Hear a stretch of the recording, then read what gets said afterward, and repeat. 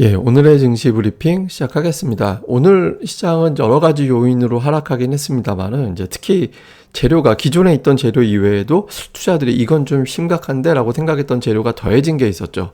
예, 중국의 코로나 추이가 상당히 가파르게 증가하고 있다라는 점이 부담이 됐거든요. 이게 이제 이게 하나금융투자에서 올린 차트입니다만은 확진자 수가 이제 급증을 하는 그런 현상이 나타났잖아요. 근데 문제는 특히 이제 선전같이 그 IT 기업의 허브라고 불리우는 지역이거든요. 화웨이와 텐센트의 본사가 있고 폭스콘 공장도 또 여기에 있잖아요. 이러다 보니까 선전시의 어떤 봉쇄는 향후에 제조업체의 부진, 중국 IT 기업들의 부진으로 이어질 수 있다. 이런 우려를 자극을 하죠. 그리고 이게 오미크론이기 때문에 향후에 중국의 확진자 수가 더 급증할 가능성이 있거든요. 그래서 새로 어떤 제조업의 위기, 다음에 이제 생산 차질 이런 것으로 확대될 수도 있기 때문에 좀 조심스럽게 봐야 되는 거 아니냐 이런 관점에서 좀 매도가 나왔습니다. 오늘 뭐 홍콩 증시는 급락을 하고 막 나왔었잖아요. 그러니까 중국발 재료가 더해졌다라는 거 하나, 그 다음에 또 하나는 LG 에너지 솔루션의 약세인데 지난주 금요일에 이어서 오늘도 또 많이 빠졌습니다.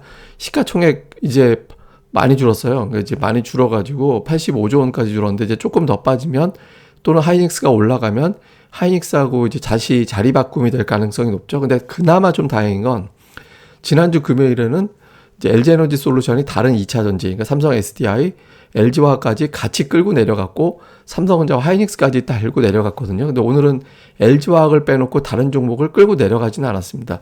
그나마 이제 지수 낙폭이 그렇게 크지 않았던 그런 이유가 되고 있거든요. 근데 이제 다만 이제 공매도가 워낙 많아요. 지금 전체 매도에서 공매도가 차지하는 비중이 40%나 되거든요. 그래서 이제 공매도가 집중될 때는 아무래도 저 공매도 눈앞에 두고서 섣부르게 매수 들어가기가 어렵잖아요.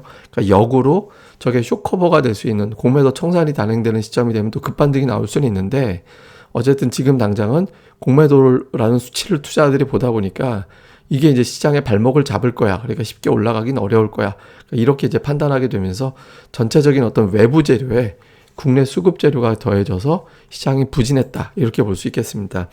그 다음에 이제 수급을 보면 많이 팔았죠. 외국인들이. 기관은 오늘 이제 기관들별로 금융투자 투신 팔고 연기금하고 이제 보험은 매수하고 이렇게 좀 갈리면서 기관은 엇갈렸는데 외국인들이 워낙 많이 팔았고 그다음에 이제 코스닥 쪽에서는 뭐 양주체에서 많이 팔고 개인들이 매수했잖아요. 지금 외국인들이 3천억 원 이상 팔면 지수가 올라가기가 쉽지가 않아요.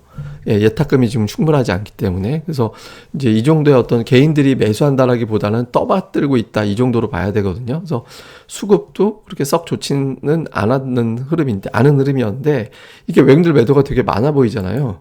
이게 아시아 주요국 상황을 같이 비교를 해보면 지난주 이게 이제 보통 글로벌 펀드 자금에서는 목요일부터 수요일까지로 끊습니다. 근데 우리나라가 그나마 덜 판 거예요. 인도가 44억 달러, 대만이 75억 달러. 우리나라는 인도의 반, 대만의 3분의 1이 안 되는 정도의 매도거든요. 근데 이렇게 한국, 인도, 대만을 많이 파는 거는 이거는 지정학적 리스크 플러스 원자재 이슈가 있다라고 봐야 되거든요. 결국엔 이제 국제유가가 끊어져야 이제 외국인들 매도가 좀 진정이 된다. 그러니까 하루 이틀 빠지는 게 아니라 추세적으로 돌아섰다. 이렇게 판단이 돼야 수급이 돌아설 가능성이 있다라는 거를 보여주는 거죠. 근데 오늘 국제유가가 조금 주춤거리는 조짐도 있긴 해서 요게 이제 좀 향후에 좀 축소가 되는지는 이제 모니터링을 좀 해봐야 될 것 같습니다. 그래서 이후에 이제 주식시장의 투자 포인트 정리를 해보면 여전히 LG에너지 솔루션은 수급에서 가장 큰 위협이 되는데 오늘 코스닥에 영향을 줬잖아요. 에코 프로비엠을 비롯해서 LNF라든가 천보라든가 이런 코스닥의 시가총액 상위 2차 전지주를 끌어내렸는데 이게 이제 외국인들 매도가 좀 집계가 되고 있거든요. 근데 이게 이제 CFD에 영향을 줄 수도 있어요. 이게 코스닥의 발목을 잡아버리면 제가 이제 외국인들 매도가 저게 순수 외국인이 아닐 가능성이 높다라고 제가 말씀을 드리잖아요. 그러니까 CFD 계좌가 외국인들로 집계가 됐을 수도 있거든요. 이렇게 되면 다른 어떤 CFD 계좌로 추정되는 매매 비중이 높은 종목군들, 예를 들면 뭐 게임이라든가 엔터라든가 이런 쪽으로도 확산될 수 있거든요. 그래서 LG에너지 솔루션의 움직임이 좀 완만해지는 게 중요한 그런 시점이고요. 그 다음에 또 하나는 이제 국제유가인데 오늘 국제유가가 정규시장 돌아갈 때는 마이너스권이었거든요. 미증시 상황에서도 계속 마이너스권을 유지하게 된다면 주가가 앞서 말씀드렸던 외국인들 수급에 변화를 줄 수도 있습니다. 지금 지난주 국내 수급 변수는 지금 지나갔는데 해외 변수가 아직 남아있어서 외국인들을 못 돌아서고 있잖아요. 근데 국제유가만 좀 진정이 되면 인플레이션 논란 완화에 따라서 움직일 수 있거든요. 이거 하나. 그다음에 조금 거슬리는 거는 중국 코로나입니다. 그러니까 중국의 확진자가 늘어나는 거는 지금으로선 불가피해 보이긴 하는데 이 확산 여부뿐만 아니라 전면 봉쇄로 가느냐 아니면 오늘 홍콩 같은 경우는 좀 위드 코로나로 병행할 것 같다라는 보도도 일부 있었거든요. 그래서 이런 어떤 쪽에서 중국이 확산과 거기에 대한 정책에 유연함을 가져갈 거냐 아니면 지금같이 그냥 전면 봉쇄 셧다운으로 갈 거냐 요거 이제 주식시장이 좀 변수가 될 것 같습니다. 그리고 오늘 움직인 종목은 주로 인플레이션과 정책주였거든요. 건자재, 비철금속, 곡물 뭐 이런 종목군들이 움직였죠. 근데 그나마 조금 다행인 게 외국인들이 삼성전자를 매수로 돌렸거든요. 삼성 SDI도 좀 매수로 상승하는 그런 모습이 나왔고, 근데 이게 조금 힌트가 돼서 내일장 이후에 이런 종목군들도 좀 낙폭과대 좀 반격이 나오는지, 그러니까 이 구도로만 가는 건 시장에 되게 나쁩니다.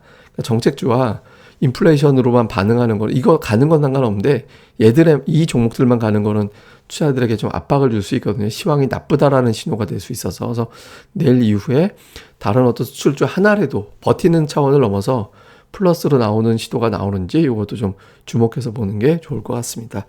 예, 오늘 브리핑 방송은 이렇게 마무리하고요. 그리고 이제 이후에 제가 말씀드렸던 대로 시장에 대한 또는 종목에 대한 어떤 내용들을 이제 차곡차곡 올려드릴 텐데 제가 오늘 녹화하고 나서 음질하고 화질이 마음에 안 들어서 이걸 다시 해야 되나 좀 고민이긴 하는데요. 어쨌든 지수가 못 올라가는 이유 수급편을 제가 준비한 게 있으니까 올려지면 바로 전달해 드리도록 하겠습니다. 구독하기 또 알림 설정 꼭 부탁드립니다. 예, 그럼 감사합니다.